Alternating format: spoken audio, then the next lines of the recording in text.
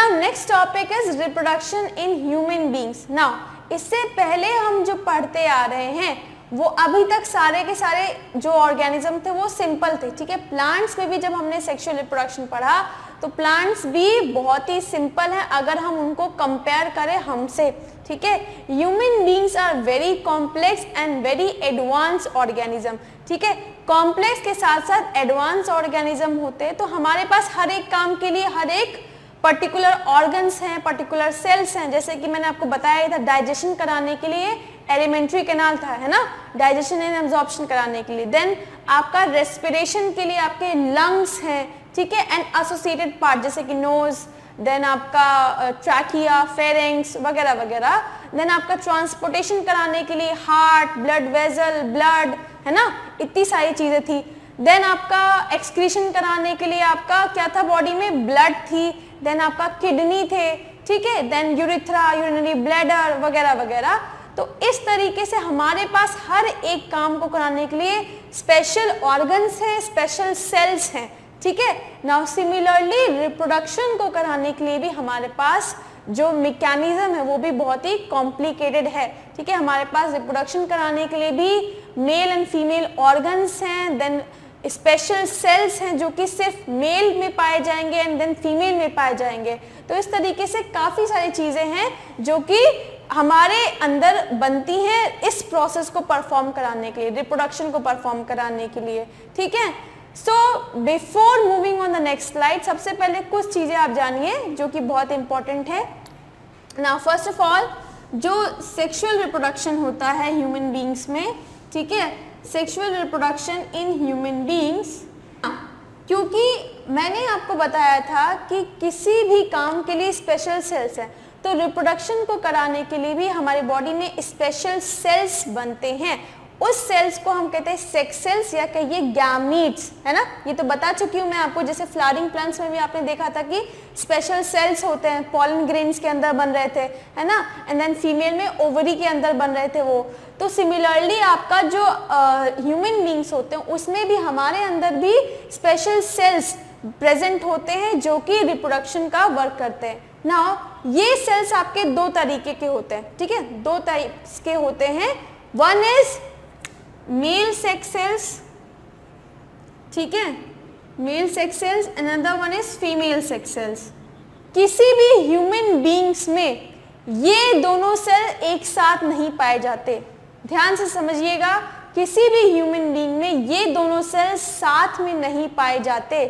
अगर आपके बॉडी में यानी किसी ह्यूमन बींग के बॉडी में मेल सेक्स सेल बन रहा है तो उसमें फीमेल सेक्स नहीं प्रेजेंट होगा, एंड अगर बॉडी में फीमेल सेक्स सेल्स प्रेजेंट है तो मेल सेक्स नहीं प्रेजेंट होंगे, मेल सेक्स सेल्स नहीं प्रेजेंट होंगे, ठीक है। नाउ कहने का मतलब मेल गैमीट्स जो होते हैं वो सिर्फ मेल्स में बनते हैं एंड फीमेल गैमीट्स जो होते हैं सिर्फ फीमेल्स में बनते हैं, ठीक है। नाउ जो आपका फीमेल मेल गैमीट है, ठीक है, that is male sex cell, यहाँ ह्यूमंस में उसका नाम है, स्पेशल नाम दिया गया है। जब हमने फ्लावरिंग प्लांट्स पढ़े थे तो हमने simply mail and female gamete का कोई नाम नहीं दिया, बट ह्यूमन बींग्स में उसका स्पेशल नाम है। वो सेल्स जो कि आपका प्रेजेंट होते हैं मेल में, ठीक है, वो गैमीट्स, उनका नाम है स्पर्म्स, ठीक है, sperms. Next is female sex cells जो आपकी प्रेजेंट है फीमेल्स में, उसका नाम होता है एग या ओवम, ठीक है, क्या बोलेंगे, एग या ओवम, ठीक। ये आपके दो टाइप के सेल्स हैं जो कि जेंडर मतलब या तो आइडर मेल में या फीमेल में प्रेजेंट होता है। फीमेल में अगर है तो वो एग या ओवम होगा एंड मेल में है तो वो स्पर्म्स होंगे, ठीक है। यही आपका रिप्रोडक्शन के प्रोसेस में पार्ट लेते हैं, ठीक है। आपकी बॉडी में तो वैसे बहुत सारे सेल्स हैं लेकिन हर एक सेल आपका रिप्रोडक्शन में पार्ट नहीं लेता। वही सेल जो रिप्रोडक्शन में पार्ट ले रहा है उसके नाम है स्पर्म एंड एग या ओवम, ठीक है। ये सेल जो होते हैं, ये सेल आपके बॉडी के बाकी सारे सेल से बहुत ही डिफरेंट होते हैं, उसको भी आप बाद में जानेंगे क्यों, बट फिलहाल बस इतना समझिए कि स्पर्म एंड एग यही आपका रिप्रोडक्शन में पार्ट लेते हैं, यही इनका ही फर्टिलाइजेशन होता है, देन जाइगोट बनता है एंड देन जाइगोट आपका एम्ब्रियो में कन्वर्ट होता है, एम्ब्रियो फिर फर्दर डेवलप होकर बेबी का फॉर्म लेता है, ठीक है। तो इस तरीके से आपका रिप्रोडक्शन का प्रोसेस होता है, ठीक। तो अब इसी को हम डिटेल में पढ़ना स्टार्ट करते हैं। Now next topic is puberty. As I already told you कि आपकी बॉडी में क्या बनते हैं, male gamete and female gametes, and ये मेल फीमेल गैमीट जो होते हैं वही आपका रिप्रोडक्शन में पार्ट लेते हैं, एंड रिप्रोडक्शन के बाद क्या बनता है, बेबी बनता है, ठीक है, न्यू लिविंग बीइंग का फॉर्मेशन होता है ना। एंड ये लिविंग बीइंग जो ह्यूमन बीइंग्स के अंदर कहाँ जाता है, मदर के वोम में ग्रो करता है, ठीक है, and then after a certain period that is 9 month के बाद फिर वो बाहर आता है, होता है ना ऐसा ही। Now male and female gamete ये जो बनते हैं ये आपके बॉडी में तुरंत बर्थ के बाद नहीं बनना स्टार्ट हो जाते हैं, ठीक है, ऐसा नहीं होता है कि आप पैदा हुए उसके बाद से आपके बॉडी में मेल एंड फीमेल गैमीट्स बनना स्टार्ट हो जाता है, क्योंकि उस टाइम पे तो आप खुद ही चिल्ड्रन हो, तो आपका उस टाइम पे आपकी बॉडी केपेबल नहीं है रिप्रोडक्शन की, तो इसीलिए उस टाइम पर इन गैमीट्स की रिक्वायरमेंट नहीं होती। तो जब जिस टाइम पर जिस सेल्स की रिक्वायरमेंट होगी तभी ना उस टाइम पर सेल्स बनेंगी, तो इसीलिए जब तक आप एक पर्टिकुलर मैच्योरिटी नहीं गेन कर लेते हो तब तक आपकी बॉडी में सेक्स सेल्स नहीं बनते हैं, क्योंकि आप खुद ही क्या होते हो, चिल्ड्रन, ठीक है। तो how can you handle this, तो इसीलिए एक सर्टेन मैच्योरिटी चाहिए होती है, उसी के बाद आपका सेक्स सेल्स बनना स्टार्ट होते हैं, उसी के बाद रिप्रोडक्शन आप परफॉर्म कर सकते हो, उससे पहले नहीं कर सकते, ठीक है। दैट एज जब आपकी बॉडी में मेल एंड फीमेल गैमीट्स बनना स्टार्ट हो जाते हैं, दैट इज ह्यूमन बीइंग्स में मेल एंड फीमेल गैमीट्स बनना स्टार्ट हो जाते हैं, that is called age puberty. So puberty देखो definition, it is the age at which the sex hormones और गैमीट्स, ठीक है, sex gamete that is male and female gamete, नाम क्या पढ़ा आपने, sperms and egg, sperm in male and egg या ovum in female. तो ये जो है एक तो गैमीट्स, साथ ही साथ जो हॉर्मोन्स होते हैं वो सब आपके बनना स्टार्ट होते हैं उस एज में, ठीक है, begin to be produce and the boy और the girl become sexually mature. Puberty वो एज होती है जब आपका जो बॉय और द गर्ल होता है वो सेक्सुअली मैच्योर हो जाता है, उससे पहले वो नहीं होता, इसीलिए प्यूबर्टी से पहले वाली जो एज होती है उसमें हम चिल्ड्रन, ठीक है, they are called as children. उसके बाद आता है प्यूबर्टी, प्यूबर्टी के बाद हम उसको टीनेज, देन अडल्ट, ठीक है, इस तरह से डिवीजन किया गया है। तो प्यूबर्टी जो होती है वो जो टीनेज ग्रुप होता है, ठीक है, टीनेज ग्रुप जैसे कि क्लास 10th 11th 12th, तो ये आपका जो टाइम फेस होता है इसी को हम टीन पीरियड कहते हैं, इसी में आपकी बॉडी सेक्सुअली मैच्योर होती है, आपकी बॉडी में कई सारे हार्मोनल ग्रोथ स्टार्ट हो जाते हैं, देन गैमीट्स बनना स्टार्ट हो जाती हैं, एंड कई सारे चेंजेस आपके जो होते हैं वो इसी टाइम पर स्टार्ट होते हैं। क्लास 9-10 से आपकी बॉडी में चेंजेस आना स्टार्ट हो जाते हैं, because you enter the teenage, ठीक है, टीनेज में आप आ जाते हैं एंड आपकी बॉडी सेक्सुअली मैच्योर होना स्टार्ट हो जाती है। So this is what we call as puberty. So before reproduction your body requires a certain maturity before producing male and female gametes, ठीक है, sex gametes and male and female sex hormones, ठीक है। जब आपने chapter 2 पढ़ा था control and coordination, तो आपने देखा था कि 2 एंडोक्राइन ग्लैंड जो कि सिर्फ मेल और सिर्फ फीमेल्स में ही पाई जाता है, ठीक है, टेस्टिस सिर्फ मेल्स में एंड ओवरीज सिर्फ फीमेल्स में पाई जाती थी, एंड जो मेल है वो मेल इसीलिए है क्योंकि उसमें टेस्टिस प्रेजेंट होता है, एंड जो फीमेल है वो इसीलिए फीमेल है बिकॉज उसमें ओवरीज प्रेजेंट है। ये 2 हार्मोन निकाल रहे थे जो कि थे एस्ट्रोजन एंड प्रोजेस्टेरॉन, है ना, ये आपने 2 चीजें पढ़ी थी, एंड ये क्या था, टेस्टोस्टेरोन।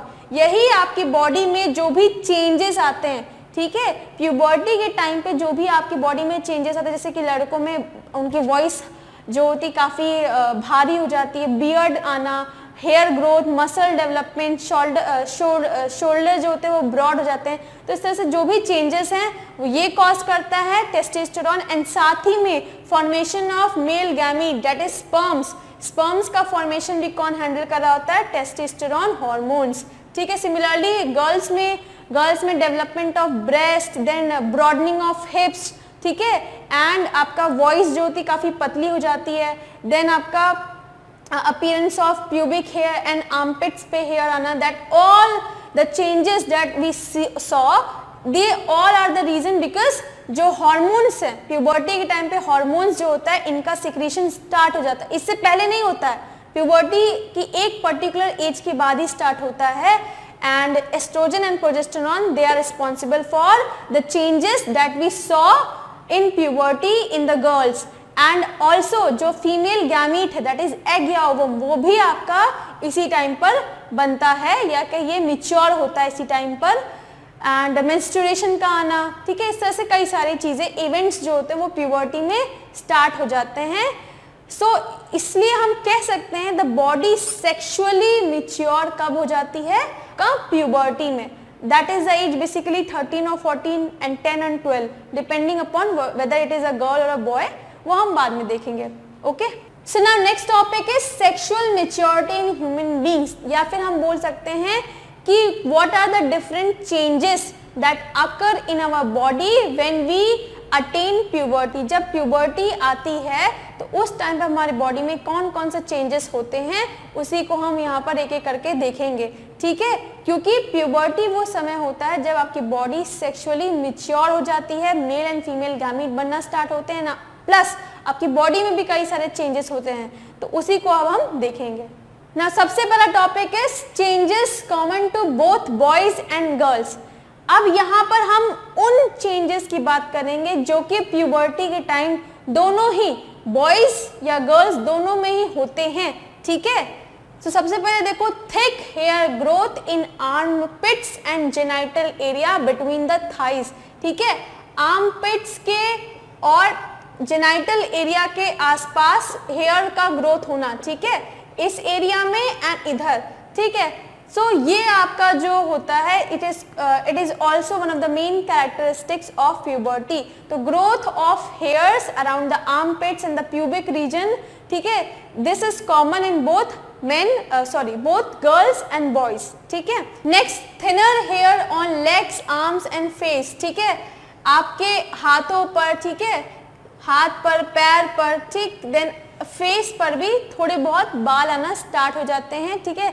जब आप छोटे होते हैं तो आपकी बॉडी पे बाल नहीं होते हैं, है ना, जैसे जैसे आप बड़े होने लगते हैं तो आपकी बॉडी पे बाल ज्यादा आते हैं। तो इसका रीजन क्या है, बिकॉज यू अटेन प्यूबर्टी, आपकी बॉडी सेक्सुअली मैच्योर हो रही होती है, दैट इज वाई, इसीलिए बॉडी पे बाल आने स्टार्ट हो जाते हैं, ठीक है। जबकि जब छोटे बच्चों को देखो तो उनकी बॉडी में बाल नहीं होते हैं, बट जब आप जैसे ही आप बड़े होते हो तो वैसे वैसे बॉडी पे बाल आना स्टार्ट हो जाते हैं। ये भी एक रीजन है किसका, प्यूबर्टी का। जब आप प्यूबर्टी में आते हो तभी ये सब स्टार्ट हो जाता है। Next, oily skin and appearance of pimples. Now this is the one of the most common problem जो कि हर किसी को, चाहे वो गर्ल हो चाहे वो बॉयज हो, सबको बहुत परेशान करती है। पिंपल्स का आना एंड ऑयली स्किन का आना, एंड सडनली वी फील कि ऐसा अचानक से क्यों हो रहा है, हमने क्या खा लिया है। नहीं, ये आपकी इसमें कोई गलती नहीं है। जब प्यूबर्टी आती है, प्यूबर्टी की एज में, यानी कि अराउंड 10 या 12 या 13 14 की एज में ऑटोमेटिकली आपकी बॉडी जो होती है वो काफ़ी ज़्यादा ऑयल सिक्रीट करती है, जिसकी वजह से पिंपल्स आते हैं, ठीक है।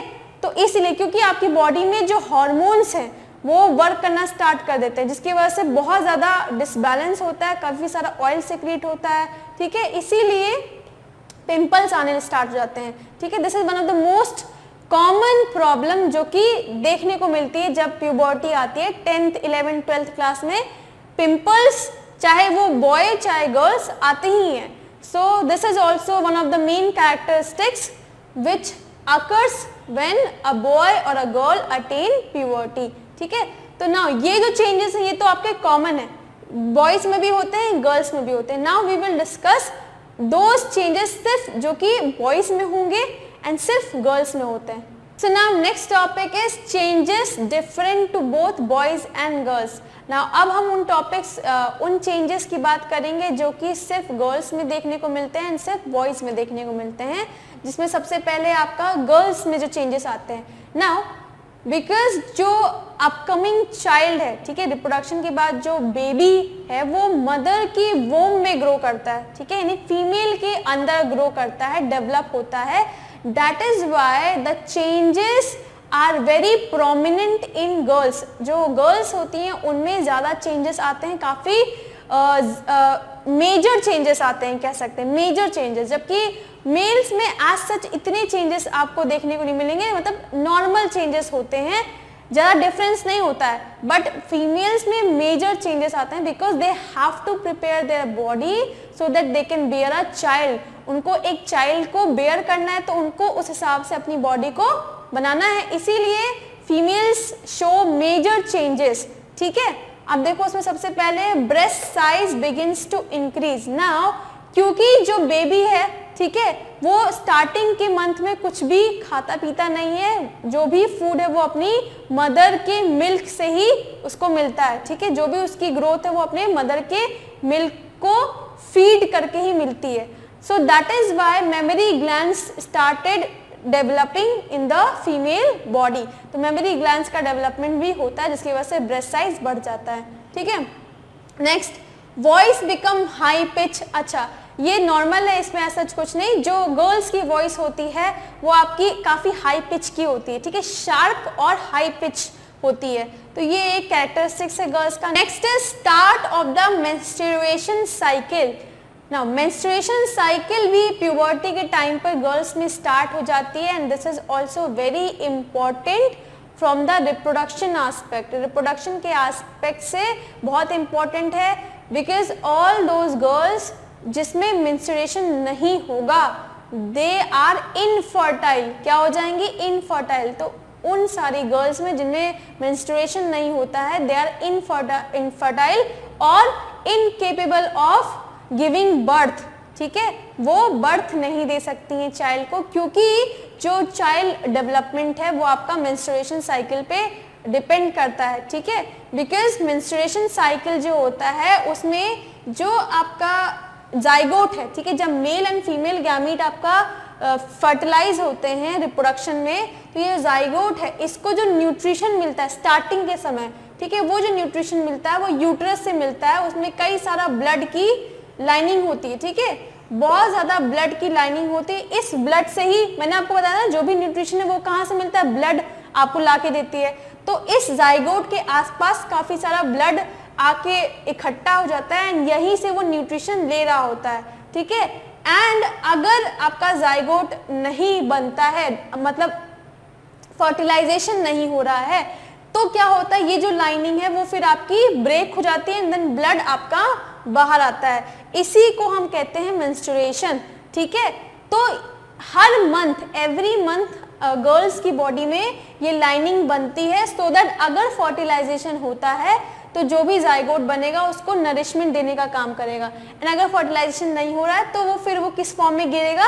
ब्लड के फॉर्म में बॉडी के बाहर आ जाएगा।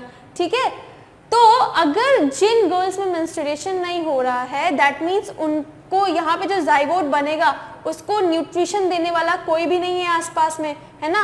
न्यूट्रिशन नहीं देगा तो वो क्या हो जाएगा? डेथ। ठीक है, तो वो सर्वाइव ही नहीं करा, खत्म हो गया, तो बेबी को वो बर्थ नहीं दे सकती। The girl can't give birth to the child, they are infertile. So this is also one of the important phenomenon जो कि आपका puberty में होता है गर्ल्स के अंदर, menstruation cycle का आना। It has very important feature at the time of pregnancy. ठीक है, प्रेगनेंसी के समय इसका बहुत ही important रोल होता है। ठीक है, next is changes that occur at the time of puberty in the boys. देखो मैंने बताया था जो मेजर चेंजेस होते हैं, मेजर चेंजेस वो ज़्यादा फीमेल्स में देखने को मिलता है, मेल्स में ज़्यादा चेंजेस नहीं होते, नॉर्मल चेंजेस होते हैं। ठीक है, जैसे कि आपका thick facial hair growth, that is appearance of beard and moustache. ठीक है, ये आपका आना स्टार्ट हो जाता है बॉयज़ के अंदर जब वो 13-14 साल के एज में आते हैं। ठीक है, तो appearance of beard and the moustache is one of the important phenomenon in the boys when they attain puberty. Next is voice begins to crack. Now जो boys होते हैं, ठीक है, जब children होते हैं तब तो उनकी voice एकदम प्यारी से होती है, लेकिन जब puberty की stage आती है तो उनकी voice automatically भारी हो जाती है। ठीक है, काफ़ी भारी आवाज़ हो जाती है, फट जाती है। कहते हैं कि स्टार्टिंग में तो फटी हुई होती है एंड बाद में धीरे धीरे फिर नॉर्मल हो जाती है, भारी हो जाती है। तो ये जो चेंज आता है वो भी इसीलिए बिकॉज ऑफ द प्यूबर्टी। ठीक है, नेक्स्ट है shoulder broaden and muscle growth. ठीक है, जो फीमेल्स होती हैं उनके कंपेयर में जो मेल्स होते हैं उनकी शोल्डर जो होती है वो ब्रॉड हो जाती है, ठीक है। एंड जो उनके हाथ होते हैं, ठीक है, हाथ जैसे फीमेल के हाथ ऐसे होंगे तो उनके बढ़ जाते हैं क्योंकि मसल्स ग्रो करना स्टार्ट कर जाती हैं एंड शोल्डर जो होता है उनका वाइड हो जाता है, ठीक है, बढ़ जाता है। तो ये सब मैस्कुलिन डेवलपमेंट कहेंगे जो मेल्स में स्टार्ट हो जाती हैं जब वो प्यूबर्टी अटेन करते हैं। So this are the changes which occur in boys and girl at the time of puberty. Okay, so in the previous slide we have saw that कि कैसे बॉडी में चेंजेस आते हैं बॉयज एंड गर्ल्स के at the time of puberty. लेकिन सिर्फ इतना ही नहीं हो रहा होता है आपकी बॉडी में, बॉयज एंड गर्ल्स की बॉडी में मैंने आपको बताया था जो mail gamete and female gamete है वो भी आपके बनने स्टार्ट हो जाते हैं प्यूबर्टी के टाइम पर, है ना।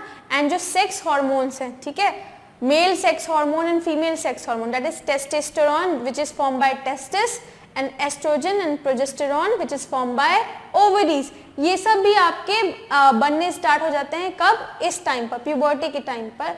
तो इस स्लाइड में हम वही देख रहे हैं कि कौन सा बॉडी का पार्ट आपका मेल गैमीट बनाएगा एंड फीमेल गैमीट बनाएगा एंड और भी चीजें। सो देखो सबसे पहले the reproductive organ of human beings that is testis in male. Now जैसे जब आपने फ्लावरिंग प्लांट में पढ़ा था सेक्सुअल रिप्रोडक्शन, ठीक है, तो उसमें आपने क्या देखा था, male reproductive part of the flower and female reproductive part of the flower, है ना। Male reproductive part of the flower क्या था, स्टेमन, क्यों, क्योंकि वहां पर ही पॉलन ग्रेन बन रहे थे जिसके अंदर मेल गैमीट थे। एंड फीमेल रिप्रोडक्टिव पार्ट क्या था आपका, कार्पल, ठीक है, क्योंकि कार्पल के अंदर ओवरीज थी एंड ओवरी के अंदर आपका फीमेल गैमीट थी दैट इज ओव्यूल, है ना। तो सिमिलरली हमारे बॉडी में भी यानी कि ह्यूमन बीइंग्स में भी मेल रिप्रोडक्टिव ऑर्गन होता है, फीमेल रिप्रोडक्टिव ऑर्गन। जैसे हमारी बॉडी में हर एक काम के लिए एक स्पेशल ऑर्गन है, सिमिलरली रिप्रोडक्शन को कराने के लिए भी स्पेशल ऑर्गन्स हैं, ठीक है। नाउ अब वो ऑर्गन जो कि मेल में मेल गैमीट्स को बनाते हैं, ठीक है, मेल गैमीट के फॉर्मेशन के लिए जो ऑर्गन प्रेजेंट है उसको हमने बोला मेल रिप्रोडक्टिव ऑर्गन। एंड वो ऑर्गन जो कि फीमेल गैमीट की फॉर्मेशन में हेल्प करते हैं उसको बोलते हैं फीमेल रिप्रोडक्टिव ऑर्गन, ठीक है। नाउ मेल्स में जो रिप्रोडक्टिव ऑर्गन है जो कि आपका मेल गैमीट बना रहा है दैट इज स्पर्म्स का फॉर्मेशन कर रहा है, उसका नाम है टेस्टिस। एंड अगर आप भूल रहे हैं तो आपको फिर से याद दिला दो, टेस्टिस वही जगह है जहां पर आपके सेक्स हार्मोन्स भी बनते हैं, दैट इज टेस्टोस्टेरोन भी बनता है जो कि किस में हेल्प करता था, गैमीट के फॉर्मेशन में। तो ये आपका टेस्टिस होता है जो कि मेल्स में लोअर एब्डोमेन में प्रेजेंट होता है एंड इसी टेस्टिस में आपका क्या बनता है, मेल गैमीट्स बनते हैं, ठीक है, मेल गैमीट्स बनते हैं दैट इज स्पर्म्स बनते हैं, ठीक है।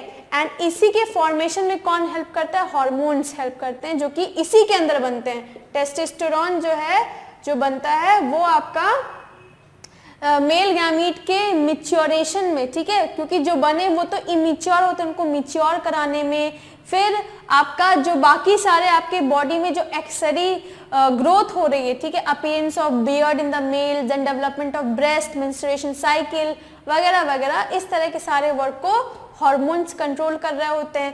तो टेस्टिस जो होता है वो आपका मेल रिप्रोडक्टिव ऑर्गन है, क्यों, क्योंकि यहीं पर आपके मेल गैमीट या कहिए मेल सेक्स सेल्स बनते हैं दैट इज स्पर्म्स, ठीक है। तो देखो the reproductive organ of human beings that is testis, यहाँ पर ह्यूमन बीइंग में आपका मेल की बात हो रही है, ठीक है। तो reproductive organ of human being that is testis in male and ovaries, ठीक है, ओवरीज होती हैं आपकी फीमेल्स में, ये 2 नंबर में होती है, टेस्टिस एक ही होता है जबकि ओवरीज 2 होती हैं। तो ovaries in female become functional only after attaining sexual maturity, यानी कि प्यूबर्टी के बाद ही वो फंक्शनल होती हैं, उससे पहले इनमें कोई गैमीट नहीं बनते हैं। मैंने आपको बताया ही था ना कि प्यूबर्टी के बाद ही गैमीट्स बनना स्टार्ट करते हैं, क्योंकि उससे पहले तो आप खुद ही क्या होते हो, चिल्ड्रन होते हो, ठीक है। तो उसके बाद आपका सेक्सुअल मेच्योरिटी आती है, उसके बाद आपकी बॉडी में गैमीट्स यानी कि male gamete and female gametes बनना स्टार्ट होते हैं। Now in male sexual maturity is attained at the age of 13 and 14 years. Now this is also very important. जो मेल्स होते हैं, ठीक है, बॉयज होते हैं, उनमें जो मेच्योरिटी आती है ठीक है। सेक्सुअल मैच्योरिटी आती है वो 13-14 साल में आती है, जबकि गर्ल्स में थोड़ी जल्दी आती है, 10 या 12 साल में ही गर्ल्स में आपकी सेक्सुअल मैच्योरिटी आ जाती है, ठीक है। So this is known as the age of puberty and इसी को हम एज ऑफ प्यूबर्टी भी बोलते हैं। So the testis and ovaries produces viable gametes and also secrete hormones. तो ये जो टेस्टिस एंड ओवरीज है, मैंने अभी आपको बताया, sex gametes and sex hormones release करते हैं। सेक्स गैमीट क्या है? Sperm and egg, and sex hormone testosterone and female में एस्ट्रोजन एंड प्रोजेस्टेरोन इसको फॉर्म करते हैं, ठीक है। तो testis and ovaries produces sex gametes and sex hormones. Hormones के नाम देखो, टेस्टोस्टेरोन जो कि मेल हार्मोन है एंड फीमेल में एस्ट्रोजन एंड प्रोजेस्टेरोन, ठीक है। तो ये आपका ओवरऑल है। Now next topic is why do we need reproductive system, ठीक है। जैसे अभी आपको मैंने बताया ना कि आपकी बॉडी में सेक्स सेल्स बनते हैं प्यूबर्टी के टाइम पे, मेल सेक्स सेल्स जो कि मेल के अंदर बनते हैं, फीमेल सेक्स सेल्स जो कि फीमेल के अंदर बनते हैं, that is sperm and ovum, ठीक है। But why there is a need for system, जैसे आपकी बॉडी में हर एक काम को करने के लिए सिस्टम लगा हुआ है ना, उसी तरह से आपका रिप्रोडक्शन कराने के लिए रिप्रोडक्टिव सिस्टम है। But question is why there is a need for reproductive system. Now to understand this let us take an example. मान लो आपको भूख लगी है एंड खाना आपका किचन में रखा है, तो आपके पास दो ऑप्शन, या तो आप अपनी मम्मी को बोलेंगे मम्मा खाना लाकर दे दो, तो मम्मा आपकी किचन से खाना निकालेंगी प्लेट में, देन उसको फिर लेकर आएंगे आपके पास आपके रूम में एंड देन आप उसे खाओ। या दूसरा ऑप्शन है कि आप खुद उठो एंड देन किचन में जाओ, प्लेट निकालो, देन फिर स्पून लो एंड देन खाना निकालो एंड खाओ, ठीक है। बट किसी भी केस में ऐसा हो रहा है क्या कि खाना खुद चलकर आपके पास आ रहा है? या तो आप अपनी मम्मी को बोल रहे हो या खुद से जा रहे हो, खाना तो खुद चलकर नहीं आ रहा ना आपके पास। सिमिलरली सेम वे में यहाँ पर जो रिप्रोडक्शन को कराने के लिए हमारे पास जो सेल्स थी, ठीक है, सेक्स सेल्स जो थी that is sperm and ovum, वो आपकी दो अलग अलग बॉडी में बन रही है, दैट इज एक मेल में बन रही है, एक फीमेल में बन रही है, ठीक है। एंड फर्टिलाइजेशन यानी रिप्रोडक्शन के लिए उसको मेल बॉडी से फीमेल बॉडी में जाना है ना। वो जो गैमीट्स है जो कि मेल बॉडी के अंदर बन रही है यानी टेस्टिस के अंदर बन रही है, उसको कहाँ जाना है? ओवरीज के अंदर, ठीक है। That is why there is a need for a system. वो सिस्टम की जरूरत पड़ती है जो कि इस गैमीट्स को ट्रैवल कराकर मेल बॉडी से बाहर निकाले, है ना, एंड बाहर निकालने के बाद फिर उसको फीमेल बॉडी में भी सिस्टम की जरूरत जो कि इस कहते हैं मेल गैमीट्स को अंदर ले, है ना, एंड देन उसको कहाँ पहुंचा दे? ओवरीज के अंदर जहां पर रिप्रोडक्शन होना है, ठीक है। तो there is a need for reproductive system, ठीक। समझ में आया कॉन्सेप्ट कि क्यों रिक्वायर्ड है? क्योंकि जो आपका मेल गैमीट्स है वो मेल में बन रहे हैं एंड फीमेल गैमीट्स है जो फीमेल में बनते हैं, ठीक है। अब इन गैमीट्स को टेस्टिस से बाहर निकलना है एंड देन फीमेल में ओवरीज में जाना है रिप्रोडक्शन के लिए, ठीक है। तो विदाउट एनी सिस्टम, ठीक है, बिना किसी सिस्टम के वो नहीं जा पाएगा। That is why there is a need of reproductive system. तो अब हम नेक्स्ट स्लाइड में इसी को पढ़ेंगे कि क्या रिप्रोडक्टिव सिस्टम या कहिए रिप्रोडक्टिव पार्ट प्रेजेंट होते हैं मेल में एंड फीमेल्स में जो कि हेल्प कराते हैं रिप्रोडक्शन में, ठीक है, for the fusion of the male and the female gamete. उनको कौन से पार्ट हैं जो कि इन्वॉल्व होते हैं इस प्रोसेस में, उसी की स्टडी करेंगे हम नेक्स्ट स्लाइड में। सबसे पहले mail reproductive system.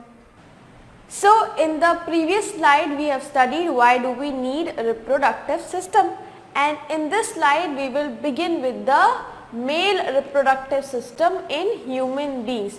Now male reproductive system comprises of two parts, okay. One part will be the one which will produce the male gamete, ठीक है। मेल रिप्रोडक्टिव सिस्टम में आपके दो पार्ट्स होते हैं। एक पार्ट वो होगा जो कि मेल गैमीट्स को बना रहा होगा, ठीक है, एंड बाकी जो रेस्ट दूसरा पोर्शन होगा वो उसको डिलीवर करने का काम करेगा, ठीक है। मैंने आपको बताया था ना reproductive system mail and female gamete है ना।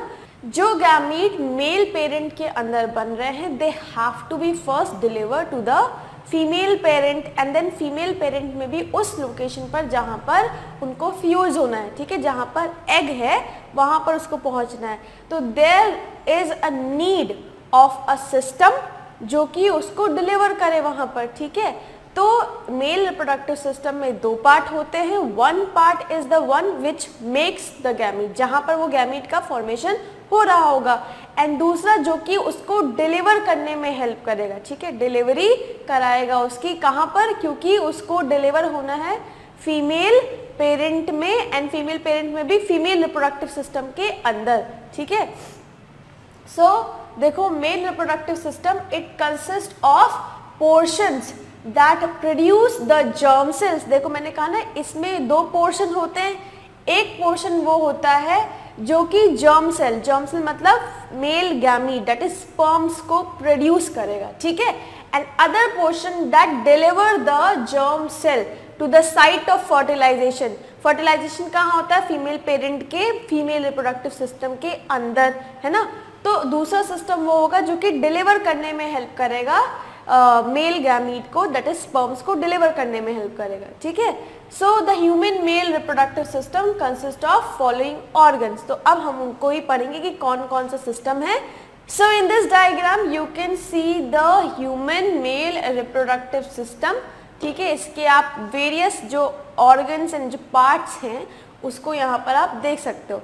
नाउ सबसे पहले हम उस पार्ट पर चलेंगे जो कि मेल गैमीट को फॉर्म करता है, ठीक है। अब आप सभी को ऑलरेडी पता है, इतना पढ़ लिया है कि मेल गैमीट का फॉर्मेशन कौन करता है, टेस्टिस करता है ना। तो सबसे पहला पार्ट मेल रिप्रोडक्टिव सिस्टम का क्या होता है, टेस्टिस, दैट इज वो पार्ट जहां पर गैमीट बनता है, ठीक है। तो सबसे पहला पार्ट क्या हो जाएगा, टेस्टिस, ठीक है। नाउ इस टेस्टिस के दो फंक्शन होते हैं बेसिकली। पहला तो आप सभी को पता ही है कि क्या है, form male gamete, male gamete का फॉर्मेशन करता है ना। एंड दूसरा क्या इंपॉर्टेंट फंक्शन होता है, फॉर्मेशन ऑफ सेक्स हार्मोन, ठीक है। टेस्टिस अगर आपने कंट्रोल एंड कोऑर्डिनेशन पढ़ा है तो उसमें आपने देखा था कि टेस्टिस जो होता है ये एक एंडोक्राइन ग्लैंड की तरह भी बिहेव करती है, जिससे एक हार्मोन रिलीज हो रहा था जिसका नाम था टेस्टोस्टेरोन, ठीक है। एंड टेस्टोस्टेरोन का क्या वर्क था कि it helps in the development of secondary sexual characteristics in male, that जैसे कि आपका बियर्ड का फॉर्मेशन, ठीक है, देन वॉइस जो होती है वो डीप हो जाती है। इस तरीके से जो भी वॉइस में चेंजेस आते हैं प्यूबर्टी के टाइम पर, उसके लिए कौन रिस्पॉन्सिबल होता है, hormones which are secreted by testis, ठीक है। तो जब प्यूबर्टी स्टार्ट होती है तो टेस्टिस हार्मोन सिक्रीट करना भी स्टार्ट कर देता है जो कि चेंजेस लाता है बॉयज के अंदर, ठीक है।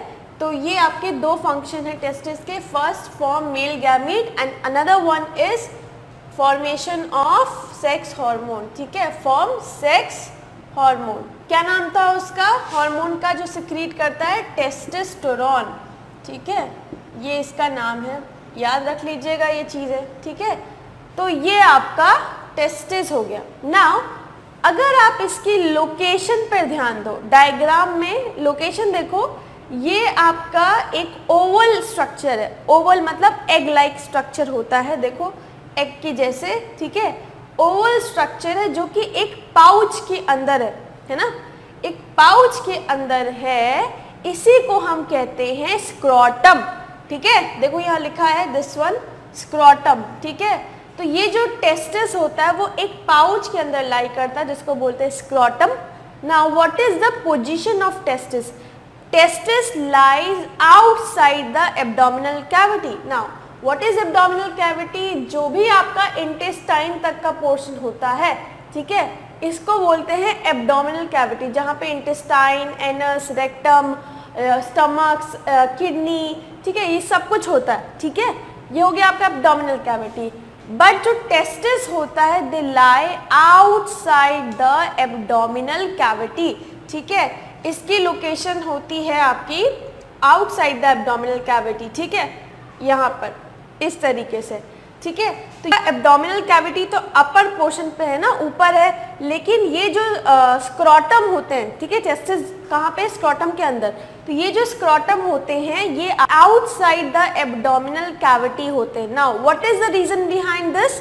बिकॉज जो स्पर्म फॉर्मेशन होता है it requires a lower temperature than the body temperature. ठीक है, बॉडी का टेम्परेचर अगर 35 डिग्री सेल्सियस है तो टेस्टिस में स्पर्म को फॉर्म होने के लिए 4 डिग्री लेस टेम्परेचर की जरूरत होती। ठीक है, जैसे कि अगर बॉडी का टेम्परेचर 35 है तो वहां पर यहाँ पर ठीक है 31 डिग्री सेल्सियस टेम्परेचर होगा। ठीक है, इसीलिए वो बाहर होता है, बॉडी के अंदर नहीं होता, क्योंकि बॉडी के अंदर होगा तो जो टेम्परेचर बॉडी का है वही उसका भी हो जाएगा एंड देन स्पर्म फॉर्मेशन नहीं हो पाएगा। इसीलिए it lies outside the abdominal cavity, body के बाहर होता है, एब्डोमिनल कैविटी के बाहर होता है, so that it provides a lower temperature which is required for sperm formation। ठीक है, तो ये क्वेश्चन बहुत ज़्यादा पूछा जाता है कि why it lies outside the abdominal cavity, जबकि आपका फीमेल रिप्रोडक्टिव सिस्टम पढ़ोगे तो उसमें जो ओवरीज है वो भी एब्डोमिनल कैविटी में है, लेकिन टेस्टिस जो होते हैं ये आपके आउटसाइड द एब्डोमिनल कैविटी होते हैं, स्क्रॉटम में बैग लाइक स्ट्रक्चर, क्योंकि इनको स्पर्म फॉर्मेशन के लिए एक लोअर टेम्परेचर की रिक्वायरमेंट होती है एंड ये लोअर टेम्परेचर तभी मिल पाएगा अगर आप एब्डोमिनल कैविटी से बाहर रहोगे, इसीलिए। ठीक है, तो ये है। Now there are 2 testis. ठीक है, या कह सकते हैं हम एक पेयर होता है। ठीक है, एक पेयर में कितने होते हैं? 2, तो इसीलिए बोल सकते हैं एक पेयर ऑफ टेस्टिस होता है मेल में, दैट इज 2 टेस्टिस होते हैं। ये देखो 2 होते हैं। ठीक है, now let's move on to the next part which is epididymis। now this is testis। देखो टेस्टिस को यहाँ पर एक पोर्शन ने कवर किया हुआ है ना, दिख रहा है ना, इसी को बोलते हैं हम एपिडिडाइमिस। ठीक है, यहाँ पर नाम नहीं दिया है यहाँ पर, but it is also very important. क्या है ये? एपिडिडाइमिस। ठीक है, ये देखो टेस्टिस, इसके बगल में जो है इसी को बोलते हैं epididymis. Now what is the function of epididymis? तो एपिडिडाइमिस का फंक्शन ये होता है कि जो भी आपके स्पर्म्स होते हैं, ठीक है, जब टेस्टिस में स्पर्म्स मैच्योर हो जाते हैं तो वो मैच्योर स्पर्म्स जो होते हैं वो ऑटोमेटिकली इस प्लेस में आकर स्टोर हो जाते हैं। ठीक है, क्योंकि देखो टेस्टिस तो वो जगह है जहाँ पर स्पर्म का पहले फॉर्मेशन हो रहा होगा। ठीक है, हेड बनता है, टेल बनता है, फिर उसके बाद उसमें मैच्योरिटी आती है, मूव कर सकता है, एंड जब वो मूव करता है दैट मीन्स कि वो मैच्योर हो गया है। तब male gamete that is sperms फिर वो टेस्टिस से हटकर फिर एपिडिडाइमिस में चले जाते हैं एंड वहीं पर स्टोर रहते हैं तब तक के लिए। ठीक है, तो एपिडिडाइमिस में आपके सिर्फ मैच्योर स्पर्म्स जो कि मूव कर सकते हैं, जिनमें टेल है, वही रहता है, जबकि आपका टेस्टिस में मैच्योर एंड इमैच्योर स्पर्म्स सब रहते हैं। एंड जैसे ही स्पर्म मैच्योर हो जाता है तो ऑटोमेटिकली एपिडिडाइमिस में चला जाता है। ठीक है, तो ये डिफरेंस है। तो एपिडिडाइमिस स्टोर्स मैच्योर स्पर्म्स। ठीक है, नाउ नेक्स्ट देखो एक पाइप जाते हुए आपको दिखाई दे रही है, इसको हम कहते हैं वास डिफरेंस। ठीक है, तो इसका काम क्या होता है? स्पर्म्स को ले जाना। इसमें ज़्यादा फंक्शन नहीं, इसको बस ले जाने का काम करता है स्पर्म्स को, जो कि एपिडिडाइमिस में स्टोर हैं mature sperms, they will be carried out by vas deferens. ठीक है, ना अब ऊपर आते हैं, तो जब वास डिफरेंस से स्पर्म्स ट्रेवल करते हैं, ठीक है, तो इस जगह पर seminal vesicles and prostate gland अपनी कुछ सिक्रीशन को उसमें डाल देते हैं। ठीक है, स्पर्म्स के साथ मिक्सअप हो जाते हैं एंड नाउ जो चीज़ अब बनती है उसको हम स्पर्म्स नहीं कहते, उसको सेमेन कहते हैं। ठीक है, it is a mixture of a secretion of seminal vesicles, prostate gland and sperms, तो वो मिक्सचर होता है। ठीक है, now what is the need of this seminal vesicle and prostate gland? देखो, क्योंकि mail gamete that is sperms वो भी क्या है? एक सेल है, एंड सेल को अलाइव रहने के लिए क्या चाहिए होता है? एनर्जी चाहिए होती है, जो कि से कहाँ से मिलती है? फूड से, है ना। तो ये जो सेमिनल वेसिकल होता है ये वही काम करता है, नरिशमेंट देने का काम करता है सेल्स को। ठीक है, एंड ये जो प्रोस्टेट ग्लैंड होती हैं उनका काम होता है जो स्पर्म्स है उनकी फ्लूइडिटी को बढ़ा देना। फ्लूइडिटी समझ में आता है? लिक्विड नेचर जो होता है उसको बढ़ा देना, ताकि वो इजीली मूव कर सके, स्विम कर सके जब वो फीमेल रिप्रोडक्टिव सिस्टम में एंटर करेंगे तो उसकी फ्लूइडिटी को या लिक्विडिटी को बढ़ाने का काम करता है प्रोस्टेट ग्लैंड। ठीक है, अब जो आ रहा है इस लाइन में उसको हम स्पर्म्स नहीं कहते, it is semen, it is a mixture of secretion from prostate gland, seminal vesicle and the sperms. ठीक है, और वो काफी लिक्विड नेचर का होता है, काफी वो फ्लूइड हो जाता है, जबकि पहले जो था वो इतना फ्लूइड नहीं था, वो बहुत ज्यादा थिक था। ठीक है, जब यहाँ आता है तो काफी फ्लूइड हो जाता है। ठीक है, अब देखो ऊपर यहाँ पर आपको दिख रहा होगा लिखा है ब्लैडर। एक्सक्रीशन में आपने पढ़ा था कि एक स्ट्रक्चर होता है जिसको हम कहते हैं यूरिनरी ब्लैडर, जो कि स्टोर करता है यूरिन को, है ना, पढ़ा था आपने। तो अब आप देखो ये जो इसकी पाइप है वो इस पाइप से मर्ज हो गई है। ठीक है, तो ये एक कॉमन पैसेज बन गया है for both sperms as well as for urine delivery. ठीक है, अब देखो नेक्स्ट ऑर्गन है आपका पेनिस। ठीक है, ये भी आपका आउटसाइड द एब्डोमिनल कैविटी होता है। Now this structure is called as penis.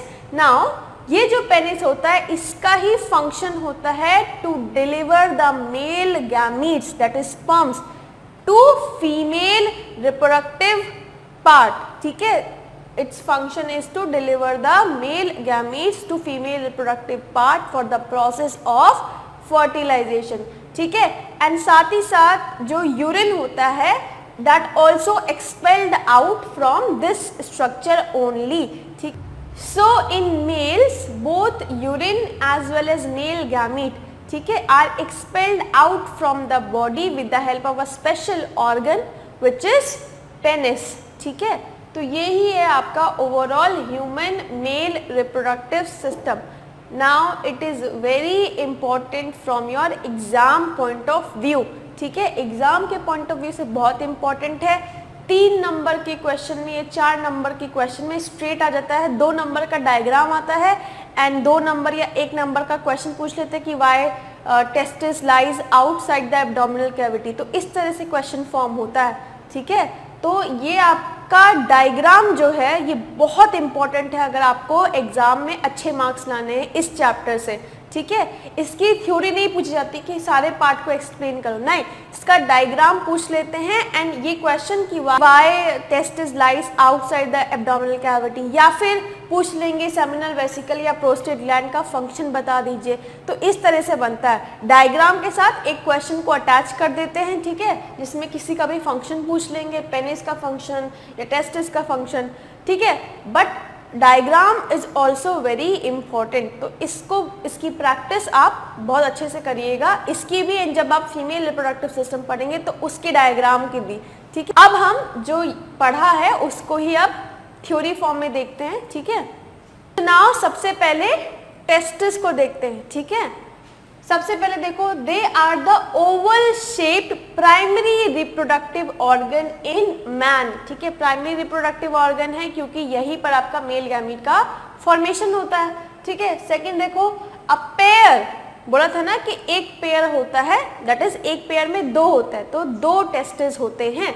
So a pair of testis lies in a small sac like muscular structure. ठीक है, outside the abdominal cavity called scrotum. ये जो होता है, ये जो टेस्टिस है वो स्क्रोटम में लाई करते हैं, पाउच लाइक स्ट्रक्चर। ठीक है, तो वही चीज है स्क्रोटम। ठीक, नेक्स्ट देखो function, the function of the testis is to produce sperm and male sex hormone called testosterone. बता चुकी हूं मैं, 2 चीजें थी इसकी, मेल गैमीट्स का formation and male sex hormone का फॉर्मेशन, दैट इज टेस्टोस्टेरोन का फॉर्मेशन भी आपका टेस्टिस करता है। ठीक है, देन दूसरी चीज देखो, द स्क्रोटम। ना यहाँ पर स्क्रोटम की बात करी गई है कि क्या रोल है उसका। The scrotum provides the optimal temperature for the formation of sperms. क्यों? क्योंकि जो स्क्रोटम होता है they lie outside the abdominal cavity and scrotum के ही अंदर टेस्टिस हैं, तो इसीलिए जो टेम्परेचर रिक्वायर्ड होता है स्पर्म फॉर्मेशन को वो मिल जाता है उसको। ठीक है, अगर वो इनसाइड द एब्डोमिनल कैविटी होता तो टेम्परेचर वही रहता जो कि पूरी बॉडी का है। ठीक है, अगर 35 डिग्री सेल्सियस तो उसका भी 35 डिग्री सेल्सियस रहता। ठीक है, जिसकी वजह से फिर फॉर्म नहीं हो पाते sperm, that is why it lies outside the abdominal cavity. ठीक है, पूरे 4 से लेकर 6 डिग्री सेल्सियस कम टेम्परेचर होता है स्क्रोटम में, ठीक है। नाउ नेक्स्ट इज एपिडिडाइमिस, ठीक है। देखो, it is coiled tube like structure formally attached to the testis, ठीक है। ये आपका ओवल स्ट्रक्चर था, ठीक है। इसी से एक कवर अप स्ट्रक्चर था, इसी को हमने क्या बोला, एपिडिडाइमिस, है ना, attach to testis and serve as a store house of sperms. मैंने कहा ही था कि यहाँ पर जो स्पर्म्स मिच्योर हो जाते हैं, जो कि मूव कर सकते हैं, वही आकर क्या हो जाते हैं, स्टोर हो जाते हैं, ठीक है। यहाँ पर आपके मिच्योर स्पर्म्स स्टोर होते हैं, ठीक है। नेक्स्ट देखो, inside the epididymis sperms become mature and develop motility, ठीक है। तो मिच्योर स्पर्म्स जो कि मूव कर सकते हैं, वही इसके अंदर होते हैं, ठीक है। नेक्स्ट इज वास्ट डिफरेंस, ठीक है। एपिडिडाइमिस से ही एक पाइप लाइक स्ट्रक्चर बाहर जा रहा था, ठीक है। आपने देखा था ना, ये डायग्राम में इस तरह से था, ठीक है। तो इसी से एक पाइप लाइक स्ट्रक्चर जो जा रहा था ऊपर की ओर, है ना, जो कि बेसिकली स्पर्म को कैरी करता है एंड उसको कहाँ ले जाता है, जहाँ पर 2 ग्लैंड्स होती हैं आपकी, seminal vesicle and prostate gland. And फिर ये जो 2 ग्लैंड होती हैं वो अपनी सिक्रीशंस को इसमें डालती हैं एंड देन सेमेन के फॉर्म में स्पर्म्स जो होते हैं वो फिर अब आते हैं एंड देन वो फाइनली एक्सपेल्ड आउट हो जाते हैं with the help of an organ which is penis, ठीक है। तो देखो, vast difference, the sperms are carried by a long tube called vas deferens which passes it to a sperm duct, ठीक है, called seminal vesicle and prostate glands where the sperms get nourished and mobile, ठीक है। Mobile मतलब वो और ज़्यादा अच्छे से ट्रैवल कर सकता है, मतलब स्विम कर सकता है, उसकी मोबिलिटी बढ़ जाती है, ठीक है।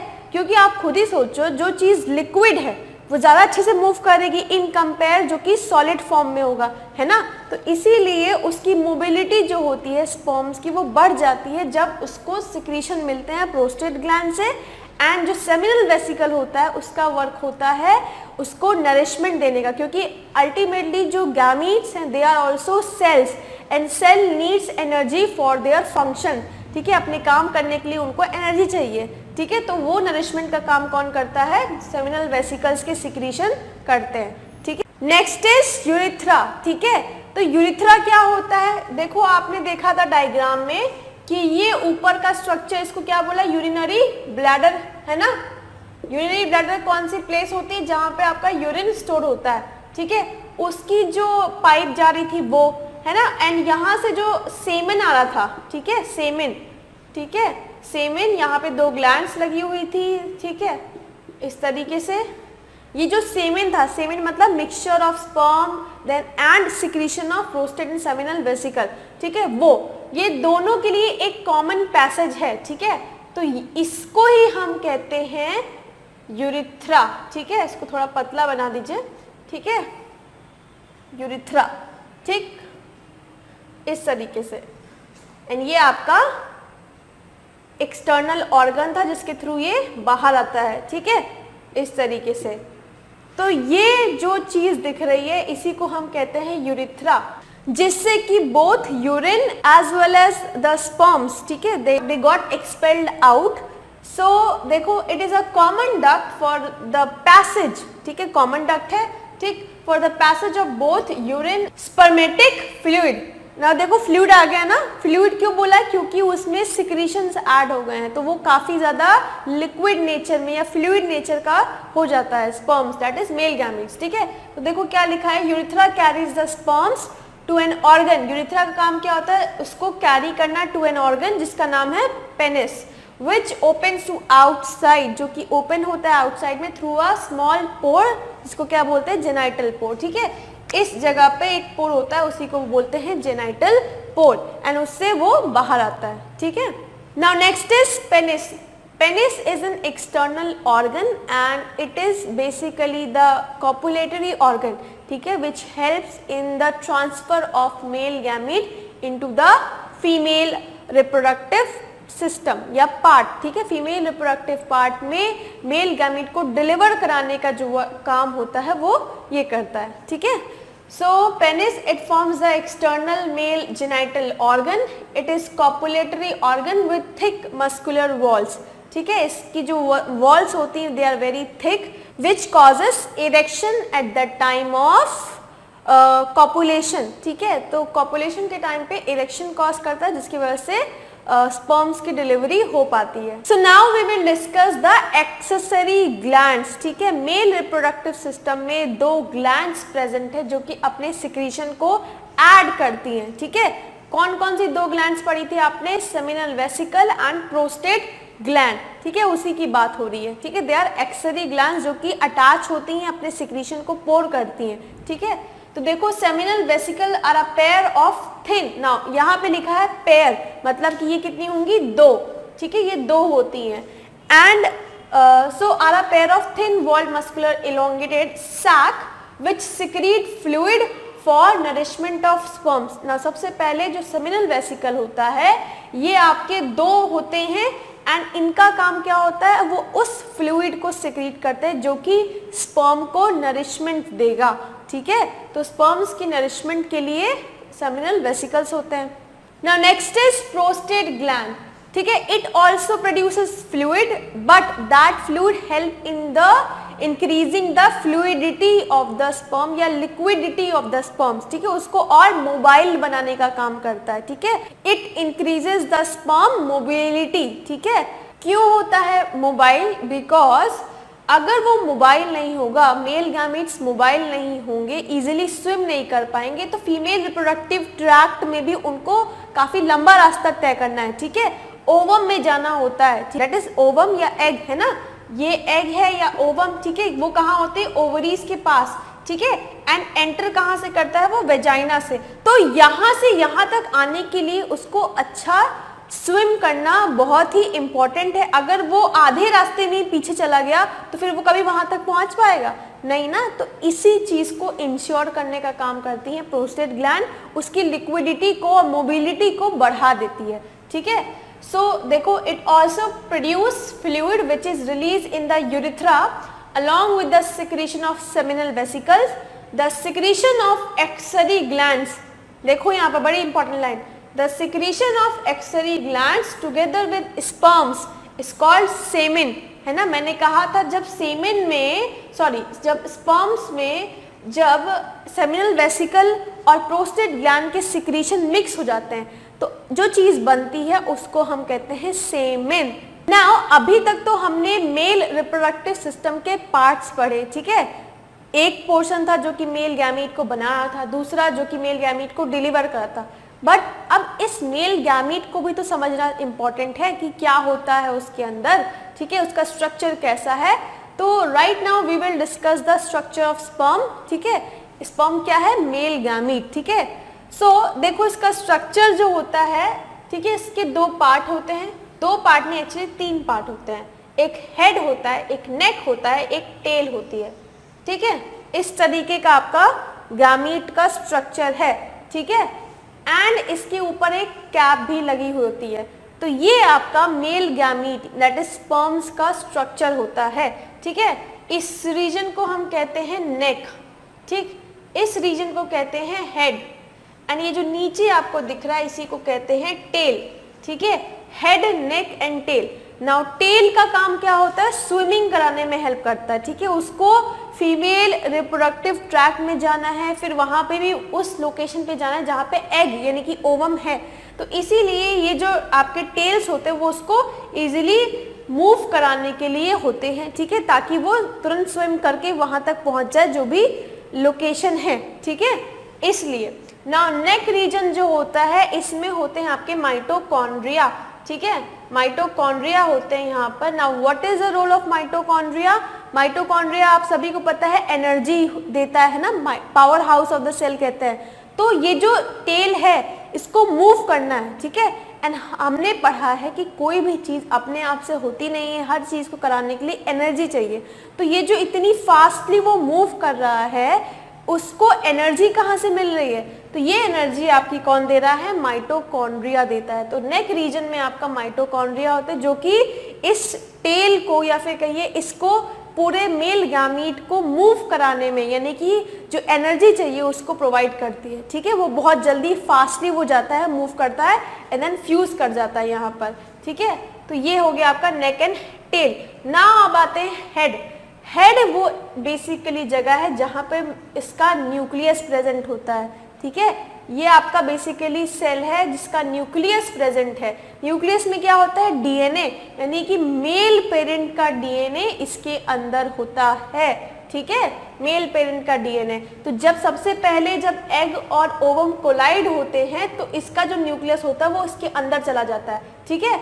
एंड ये न्यूक्लियस जो फीमेल न्यूक्लियस होता है वो फ्यूज कर जाते हैं एंड देन एक सिंगल स्ट्रक्चर बनाते हैं, ठीक है। ये कंबाइन हो गया, male and female nucleus combine, and ये पूरा structure is called as zygote, ठीक है। वो तभी अब बाद में पढ़ोगे, बट यहाँ पे आपका न्यूक्लियस होता है, ठीक है। एंड ये आपका कैप लाइक स्ट्रक्चर है, इसको बोलते हैं एक्रोसोम, जो कि पेनिट्रेशन में हेल्प करता है। ये जो आपका एग है उसके अंदर जाना है ना, तो इसीलिए उसके पेनिट्रेशन में हेल्प करता है। तो this is overall structure of your male gamete. तो देखो, they are tiny bodies that consist of mainly genetic material, ठीक है, दैट इज न्यूक्लियस। न्यूक्लियस के अंदर जेनेटिक मटेरियल होता है। देखो ये जो बाकी स्ट्रक्चर्स हैं, ये टेल, नेक, इनका तो काम है उसको फीमेल गैमीट तक पहुंचाना, यानी कि एग तक पहुंचाना। मेन जो वर्क है वो आपका इस न्यूक्लियस का है, ठीक है, जेनेटिक मटेरियल का है।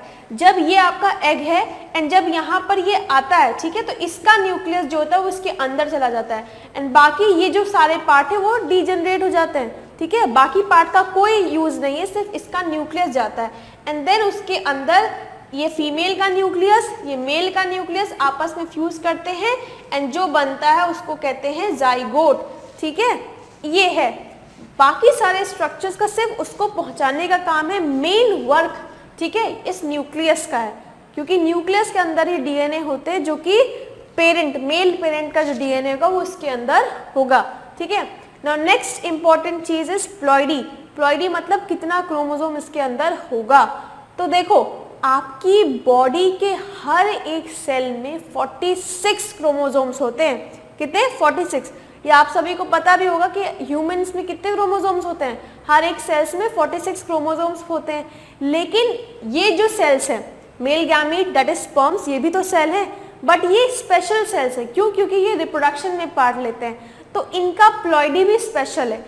इनका क्रोमोसोम नंबर आपकी बॉडी के जो भी सेल्स है उनके कंपेयर में हाफ होता है, ठीक है। 23 क्रोमोसोम्स ही प्रेजेंट होते हैं बस, ठीक है। तो अगर मेल पेरेंट, ठीक है, तो मेल पेरेंट में कितना होता है? 46 क्रोमोसोम, तो इसके अंदर जो आएगा वो सिर्फ 23 क्रोमोसोम ही आएगा, ठीक है। 23 क्रोमोसोम ही होते हैं इसके डीएनए के अंदर, ठीक है। न्यूक्लियस में कितने क्रोमोसोम? 23 क्रोमोसोम्स, ठीक है।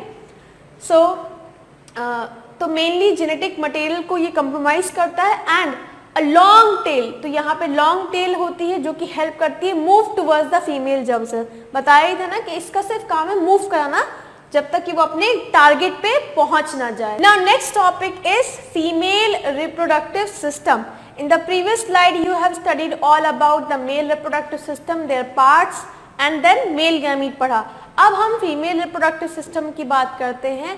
तो देखो, female reproductive system just like the male reproductive system consists of two parts, one portion that will make the gamete, another portion that will transfer the gamete to its desired location and also to receive the sperm, ठीक है। तो दो काम होते हैं, एक तो female gamete का फॉर्मेशन एंड दूसरा फीमेल गैमीट को उसकी लोकेशन पे पहुंचाना जहां पर फर्टिलाइजेशन होना है एंड साथ में स्पर्म्स को कैरी करना, ठीक है। वो पोर्शन जो कि स्पर्म को रिसीव करेगा एंड रिसीव करके उसको टारगेट लोकेशन है जहां पर फर्टिलाइजेशन होना है वहां तक पहुंचाना। तो ये सारे पार्ट्स होते हैं फीमेल रिप्रोडक्टिव सिस्टम में, ठीक है। तो female reproductive system is much more complicated than the male reproductive system. Why? Because female have to give the birth to the child, ठीक है। फीमेल्स के यूट्रस में ही बेबी का ग्रोथ एंड डेवलपमेंट होता है, that is why they have much more complications than male reproductive system. So let's begin with the reproductive system in females, ठीक है। देखो, सबसे पहले द फीमेल जर्म सेल या egg are made in the ovaries, ठीक है। Egg को ही हम ओवम भी बोलते हैं, ठीक है। I personally like ovum rather than considering as eggs, ठीक है, बट एग या ओवम दोनों ही बोलते हैं, आपकी मर्जी है आप कौन सा वर्ड यूज कर रहे हो, ठीक है। So the female germ cells और eggs are made in the ovaries, ठीक है, तो ओवरीज वो प्लेस है जहाँ पे एग बनता है, दैट इज ओवम का फॉर्मेशन होता है, and are responsible for the production of some hormones, ठीक है, जैसे टेस्टिस था, मेल सेक्स हार्मोन बना था एंड मेल गैमीट बना था। सिमिलरली जो ओवरीज होती हैं they form female gamete and female sex hormone. What is the name of female sex hormones? आपने कंट्रोल एंड कोऑर्डिनेशन में पढ़ा था, the name of the female sex hormone which is estrogen and progesterone. जो girls में secondary development होते हैं, sexual development, वो कौन कराता है? यही हॉर्मोन्स कराता है, जैसे कि development of breast and menstruation का स्टार्ट होना, तो ये सब आपका हॉर्मोन्स कराते हैं, ठीक है। कौन सिक्रीट कर रहा है? ओवरीज कर रहे हैं, ठीक है। So the human female reproductive system consist of following organs. तो नेक्स्ट स्लाइड में हम इसका डायग्राम देखेंगे जहां पर इसके डिफरेंट पार्ट्स को हम स्टडी करेंगे, okay. So now in this diagram you can see the female reproductive system, ठीक है। तो सबसे पहले हम उस पार्ट पे आते हैं जहां पर फीमेल गैमीट का फॉर्मेशन होता है, दैट इज ओवरीज का फॉर्मेशन जहां होता है वहां पर आते हैं, ठीक है। तो this is the location of ovaries, ठीक है। Ovaries lies inside the abdominal cavity, ठीक है। यहाँ पे एज सच कंपल्शन नहीं है because they do not require, ठीक है, फॉर्मेशन ऑफ एग या female gamete do not require lower temperature, that is why they lie inside the abdominal cavity near the kidney, जहाँ किडनी होता है उससे ही पास में होता है, ठीक है, नीचे। So you can see in the diagram there are two ovaries, right and the left, ठीक है। हर month, every month ovaries releases one egg, ठीक है, एक एग निकलता है, दैट इज मिच्योर होकर। ओवरीज के अंदर तो बहुत सारे हैं बट मिच्योर होकर एक एग रिलीज होता है एवरी मंथ, ठीक है, इन द फीमेल्स। वो भी तब होता है जब प्यूबर्टी स्टार्ट हो जाती है, जब फीमेल्स अप्रोच करती हैं प्यूबर्टी को, that is at the age of 12 और द 14 ईयर्स, ठीक है, they start releasing egg and फिर वो जो एग होता है वो आपका फेलोपियन ट्यूब में जाता है, ठीक है। नाउ फेलोपियन ट्यूब में वो वहीं पर रहता है एंड वेट करता है कि कोई अगर स्पर्म आता है तो वो फर्टिलाइजेशन हो जाएगा, बट इन केस अगर नहीं आता है तो वो ऑटोमेटिकली क्या करता है? डीजनरेट हो जाता है, ठीक है। तो अगर स्पर्म रिसीव हुए तब तो फर्टिलाइजेशन होगा एंड बाकी का जो प्रोसेस है वो भी, बट अगर नहीं होता है इन केस तो फिर वो ऑटोमेटिकली डीजनरेट करके फिर वेजाइना के थ्रू बाहर आ जाता है, ठीक। नेक्स्ट देखो fallopian tube. Now fallopian tube को हम ओविडक्ट भी कहते हैं, it is very very important. Why? Because it is a site of fertilization. जो ओवरीज होती हैं वो एग को रिलीज करके कहाँ पे लोकेट कर देती हैं? इट्स पर, ठीक है, यहाँ पर पहुंच जाते हैं वो फेलोपियन ट्यूब में। एंड जो स्पर्म्स आते हैं, ठीक है, स्पर्म्स वेजाइना के थ्रू फिर यहाँ से ट्रेवल करके यहीं पर आते हैं, ठीक है। तो यहीं पर आपका फर्टिलाइजेशन का प्रोसेस स्टार्ट हो जाता है। तो इसीलिए फेलोपियन ट्यूब की इंपॉर्टेंस है, because it is a site of fertilization. यहीं पे आपका male and female gamete fuse करते हैं एंड जाइगोट बनाते हैं, ठीक है। नेक्स्ट देखो, अगेन ये भी 2 नंबर में, ठीक है, एक राइट एक लेफ्ट, ठीक। नेक्स्ट देखो, उसके बाद है आपका ये जो आपको एम्प्टी स्पेस दिख रहा है, इसको ही हम कहते हैं यूटरस। जब फर्टिलाइजेशन के बाद जो फर्दर डेवलपमेंट होती है, ठीक है, वो फर्दर डेवलपमेंट आपकी यहीं पर होती, इसको ही हम वूम भी बोलते हैं, ठीक है। जो बेबी होता है यहीं पर डेवलप होता है। 9 months from a single cell, ठीक है, एक सिंगल सेल से फिर पूरा growth fetus, fully developed fetus में कन्वर्जन जो होता है यहीं पर होता है, that is in the uterus, ठीक है। इसीलिए हम इसको वोम भी बोलते हैं, यहीं पे आपका बेबी का डेवलपमेंट है, ठीक। नेक्स्ट देखो, जो यूटरस होता है उसके नीचे एक और थिन लाइनिंग दिख रही है, that is called cervix. Now cervix का रोल होता है कनेक्ट करना वेजाइना एंड ओवर यूटरस, ठीक है, यूटरस एंड वेजाइना को कनेक्ट करना, ठीक है। जब आपका बेबी डेवलप हो जाता है 9 मंथ्स के बाद, उसको बाहर भी तो आना है, तो इसी पाथ को फॉलो करते हुए बाहर एक्सपेल्ड आउट हो जाता है, ठीक है। तो ये आपका है। एंड प्लस जब मेंस्ट्रुएशन स्टार्ट होता है तो ये जो यूट्रस होता है, इसकी थिक लाइनिंग जो होती है वो ब्रेक कर जाती है, एंड ब्रेक कर जाती है तो जो ब्लड के फॉर्म में वो भी बाहर आता है इसके थ्रू ही, इस पाथ के थ्रू, ठीक है। नेक्स्ट देखो vagina. Now vagina is also very important, क्योंकि दो काम है यहाँ पर।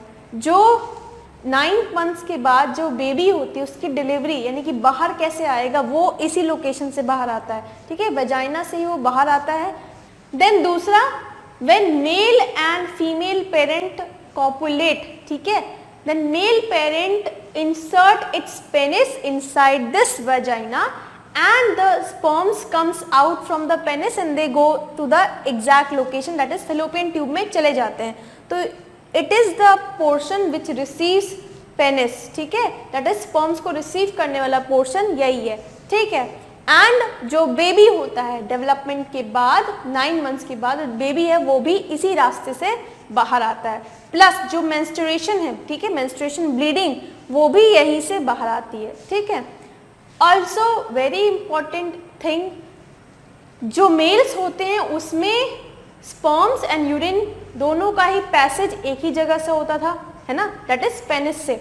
But in females vagina is only meant for the delivery of the baby and plus to receive sperms, ठीक है, इसके यही फंक्शन है। यूरिन जो होता है वो इस पोर्शन से नहीं आता है, ठीक है, we have different structure for that, ठीक है। तो दूसरा पैसेज होता है यूरिन एक्सपल्शन के लिए, जबकि इस पोर्शन में सिर्फ आपका बेसिकली रिप्रोडक्शन से रिलेटेड वर्क होता है, ठीक है, जबकि मेल्स में कॉमन पैसेज था यूरिन के लिए भी एंड स्पर्म्स के लिए, लेकिन यहाँ पर फीमेल्स में काफ़ी थोड़ी कॉम्प्लिकेशंस है, यहाँ पर यूरिन के एक्सपेल्शन के लिए दूसरा स्ट्रक्चर है, ठीक है, एंड ये पूरा स्ट्रक्चर जो है वो पूरा रिस्पॉन्सिबल है रिप्रोडक्शन के लिए, ठीक है, जो भी रिप्रोडक्शन से रिलेटेड वर्क होते हैं उसके लिए, ठीक। सो this is all about your female reproductive system.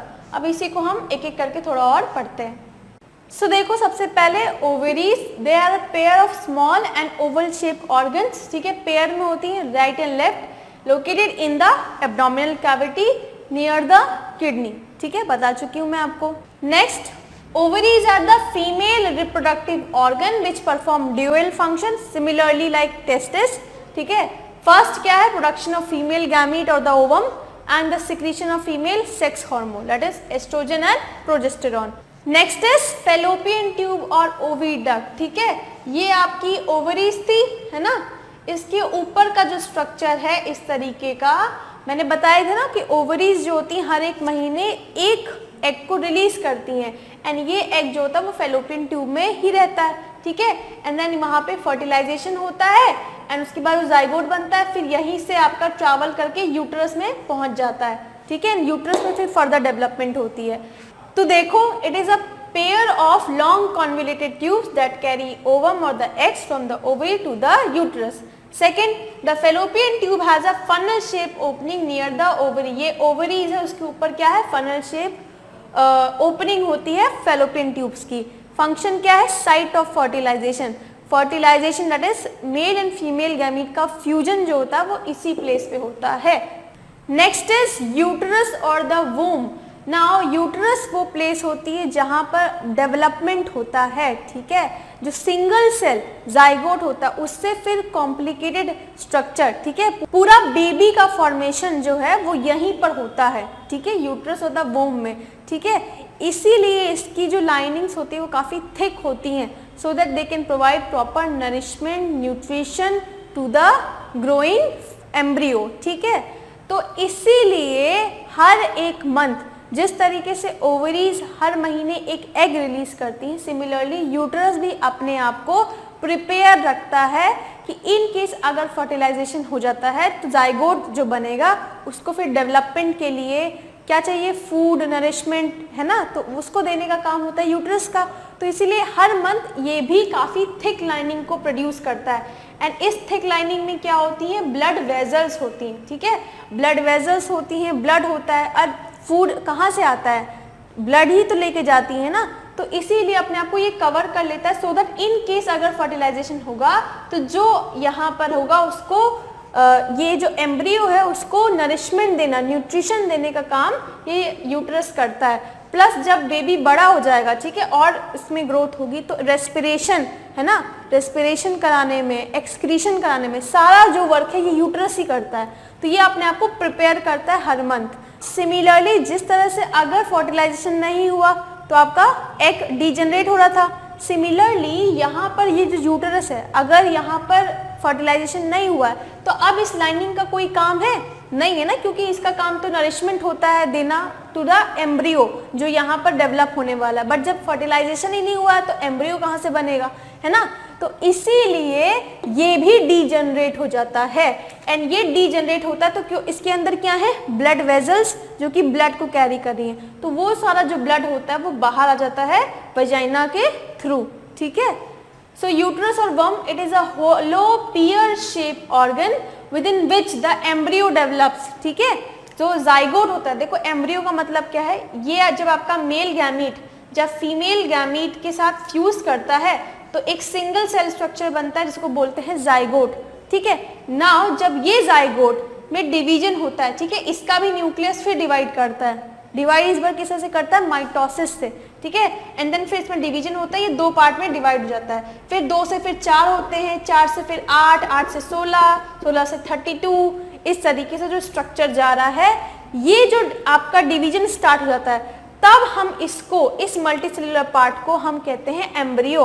जबकि सिंगल सेल जब रहता है तो उसको बोलते हैं जाइगोट। जैसे ही जाइगोट में सेल का डिवीजन होने लगता है तब जो चीज स्ट्रक्चर बनते हैं उसको हम बोलते हैं एम्ब्रियो, जो कि आपका कहाँ होता है, यूट्रस के अंदर, ठीक है। So within which the embryo develops, यहीं पर एम्ब्रियो डेवलप होता है पूरा फुली डेवलप्ड फिटस में। फिटस क्या मतलब कि baby that has eyes, nose, heart, lungs, सब कुछ, ठीक है। So it is upper portion is broader while the lower portion is narrower. आपने देखा ही था कि जो लोअर पोर्शन होता है वो सर्विक्स होता है, ठीक है, एंड अपर पोर्शन ब्रॉडर होता है, एंड ये वेजाइना में ओपन हो रहा था इस तरीके से। तो यही चीज है। Next is vagina. Now as I already told you, vagina is the place that receives sperms. Sperms का रिसीव यहीं पर होता है। प्लस जो बेबी है जब वो डेवलप हो जाता है 9 मंथ्स के बाद तो वो इसी लोकेशन से बाहर आता है, ठीक है। सो देखो, the uterus opens into vagina through a cervix, ठीक है। देखा ही था आपने, सर्विक्स है उसके बाद वेजाइना था, तो यूट्रस जो होता है वो यहीं से ओपन होता है। तो जो बेबी है, ठीक है, ये बेबी है, ये आपका इधर ही से बाहर निकल के आता है, ठीक है। नेक्स्ट देखो, vagina is a tubular structure called birth canal. क्यों, क्योंकि यहीं से आपका बेबी बाहर आता है, तो बर्थ यहीं से हो रही है ना, इससे ही तो बाहर आ रहा है, इसीलिए क्या बोल रहे हैं, birth canal. Next, it receives sperms. दूसरा मैंने आपको फंक्शन बताया ही था कि जो स्पर्म होता है वो भी यहीं से रिसीव होता है। तो from the male and also serve as a passage through which the fully developed fetus is born. तो फुली डेवलप्ड फिटस भी यहीं से आपका बाहर आता है, एंड जो स्पर्म्स होते हैं वो यहीं पर रिसीव होते हैं, ठीक है। Now before heading to the fertilization in human beings, सबसे पहले हम टाइप्स ऑफ फर्टिलाइजेशन को पढ़ लेते हैं, ठीक है। तभी आपको फर्टिलाइजेशन की क्लियर अंडरस्टैंडिंग होगी कि कैसे होता है। तो इसीलिए सबसे पहले हम टाइप्स ऑफ फर्टिलाइजेशन को पढ़ेंगे। ना सबसे पहले what is fertilisation.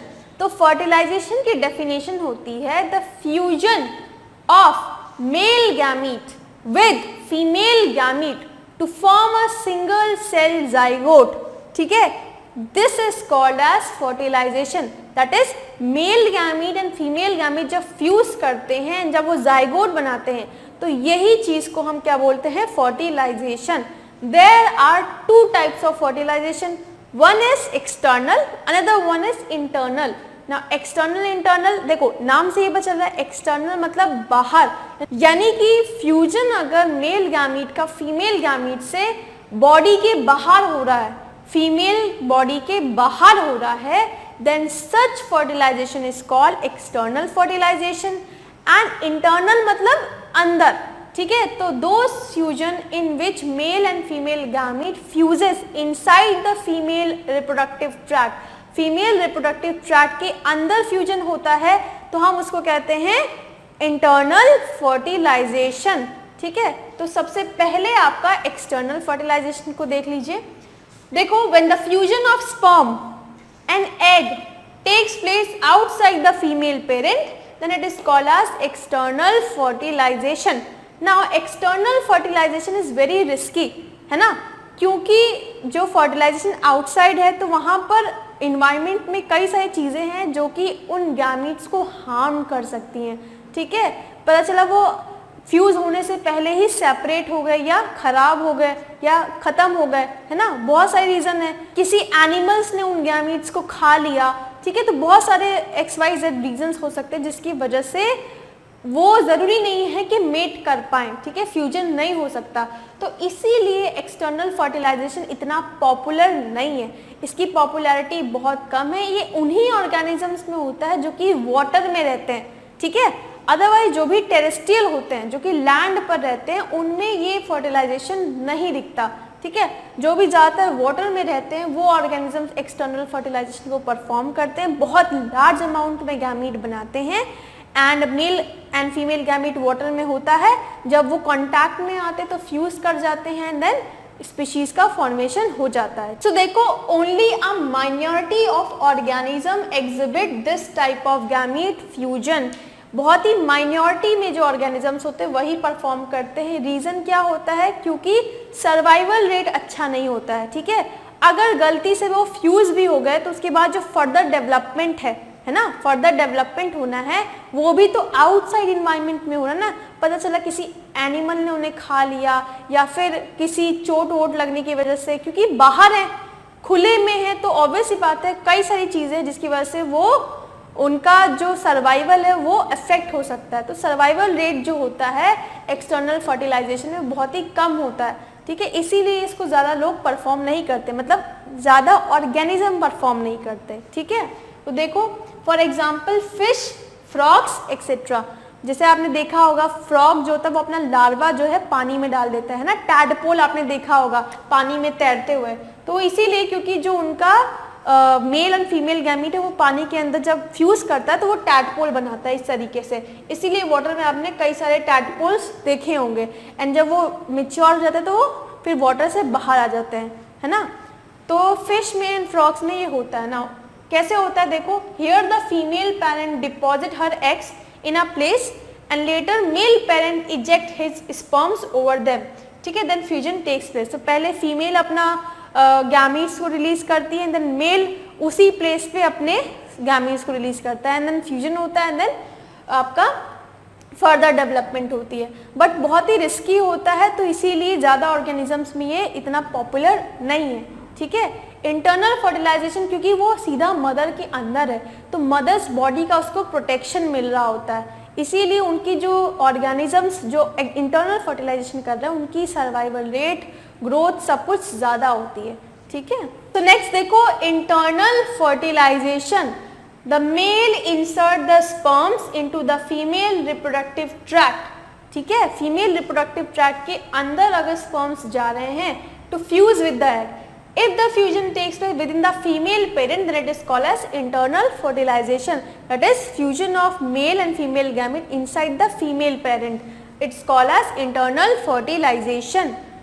Example mammals यानी कि ह्यूमन बींग जिसमें आते हैं लॉयन, टाइगर वगैरह, डॉग, कैट, बर्ड्स, रेप्टाइल्स, दे यूज इंटरनल फर्टिलाइजेशन, ये बहुत ज़्यादा आपका कॉमन है और कह सकते हैं पॉपुलर है क्योंकि इसमें प्रोटेक्शन बहुत ज़्यादा है, सर्वाइवल भी बहुत अच्छा होता है, ठीक है। So now we will study the fertilization in human beings, कैसे होता है, ठीक है, मेल रिप्रोडक्टिव सिस्टम आपने पढ़ा था, फीमेल रिप्रोडक्टिव सिस्टम पढ़ लिया है, अब फर्टिलाइजेशन देखते हैं। तो देखो होता क्या है, सबसे पहले तो हम फीमेल डायग्राम बनाते हैं फीमेल रिप्रोडक्टिव सिस्टम का, this is cervix, this is vagina, this is uterus, है ना, एंड देन इसकी साइड में आपकी ओवरीज होती हैं एंड यहाँ पर फेलोपियन ट्यूब, है ना, यही स्ट्रक्चर था। सो देखो ये आपका वेजाइना है ना, इसके ऊपर सर्विक्स, ठीक, ये जो पोर्शन है इसको कहते हैं यूटरस, ठीक है, देन ये आपका ओवरीज है। मैंने आपको बताया था every month ovaries releases 1 egg जो कि कहाँ चला जाता है आपका फेलोपियन ट्यूब्स में, ठीक है, ये आपका फेलोपियन ट्यूब्स है, देखो लिखा भी हुआ है, ठीक है। Now what happens at the time of copulation, when male and female parent copulate the male insert its penis inside the vagina, ठीक है, and inside the vagina the sperms are ejaculated, ठीक है. As soon as the sperms are ejaculated the sperm goes into the uterus from the cervix. Cervix से that sperm goes into the uterus and from uterus they goes to the fallopian tube, ठीक है. यहाँ पर ये sperm से देखो travel करके ये क्यों इतने अच्छे से स्विम कर पा रहे हैं? Because of the secretion of the prostate gland and seminal vesicle. तो ये स्विम करके बहुत फास्टली स्विम कर क्या करते हैं, यहाँ पहुंच जाते हैं जहाँ पे एग होता है, ठीक है. नाउ जब आपने फ्लावरिंग प्लांट्स में सेक्सुअल रिप्रोडक्शन देखा था तो आपने देखा था ना कि एक स्टिग्मा पर पॉलेंस तो बहुत सारे जा रहे थे पर रिसीव सिर्फ एक ही हो रहा था. सिमिलरली मेल गैमीट तो बहुत सारे यहाँ पर ट्रैवल करते हैं बट फ्यूज जो होता है, फ्यूजन, वो सिर्फ एक करता है. तो ये जो ओवम होता है वो सिर्फ एक को ही एक्सेप्ट करता है, बाकी सारों को डीजनरेट कर देता है, ठीक है. वो बाकी सारे वापस से चले जाते हैं, ठीक है. तो ये होता है. एंड दिस प्रोसेस, इसी प्रोसेस को जब आपका मेल गैमीट फीमेल गैमीट से फ्यूज कर जाता है, इसी को हम क्या कहते हैं, fertilization. And then on the spot आपका इसी फेलोपियन ट्यूब में जाइगोट भी बन जाता है, ठीक है. जब मेल एंड फीमेल आपके फर्टिलाइज करते हैं तो जाइगोट बनता है. देन जाइगोट में डिवीजन होना स्टार्ट हो जाता है. अब इसको हम क्या बोलते हैं, एम्ब्रियो बोलते हैं. एंड ये एम्ब्रियो फिर आपका डिवाइड होते हुए धीरे धीरे कहाँ पहुँच जाता है, यूटरस में. एंड देन फर्दर डेवलपमेंट होती है, ठीक है. तो ये आपका पैसेज है कैसे होता है. तो when male and female parent copulate, at the time of copulation male inserts its penis inside this vagina in the female parent, ठीक है. Inside the vagina the sperm ejaculates, swims to the desired location which is fallopian tube and at that site fertilization takes place, ठीक है. तो ये आपका overall है. Now क्योंकि ये inside the female reproductive tract हो रहा है सो हम कह सकते हैं कि फर्टिलाइजेशन जो ह्यूमन बींग्स में वो कैसा है, इंटरनल फर्टिलाइजेशन है, ठीक है. तो अब हम इसको देखते हैं. The male gamete that is sperm are introduce inside the female genital tract which is vagina. Vagina में इंट्रोड्यूस होता है by the process of copulation या मेटिंग, ठीक है. जब male and female parent they mate तब ये प्रोसेस होता है, ठीक है.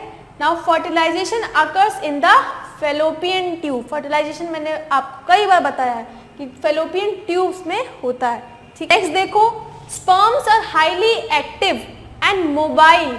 बहुत ज़्यादा एक्टिव होते हैं, मोबाइल होते हैं, तभी वो क्विकली पहुंच जाते हैं कहाँ पर, फास्ट मूव करके फेलोपियन ट्यूब में चले जाते हैं. तो देखो वही लिखा है कि हाईली एक्टिव होते हैं, मोबाइल होते हैं, जिसकी वजह से they move to the cervix, फिर यूटरस एंड फिर वहाँ से fallopian tubes. Now in fallopian tube only one sperm fertilize, सिर्फ एक ही फर्टिलाइज होता है, बाकी सबको डिस्कार्ड कर दिया जाता है to the ovum to form a zygote. Zygote कैसा है, सिंगल सेल होता है, ठीक है. This is called as fertilization. Now fertilization occurs only if copulation takes place during the ovulatory period. Now this is one of the most important line. इन्होंने लिखा fertilisation तभी होगा जब ओव्यूलेटरी पीरियड चल रहा होगा. ओव्यूलेटरी पीरियड का क्या मतलब है, ओव्यूलेटरी पीरियड का मतलब होता है वो पीरियड जब ओवरीज एग को रिलीज कर रही होंगी. मैंने आपको बताया ना कि हर एक मंथ में ओवरीज एक ही मैच्योर एग को रिलीज करती हैं, ठीक है. एंड ये एग जो होता है वो 4 या 5 दिन तक ही सरवाइव करता है, मतलब 4-5 दिन तक वेट करता है. अगर उस टाइम पे उस पीरियड में फर्टिलाइजेशन हो जाता है तब तो प्रेगनेंसी हो जाएगी.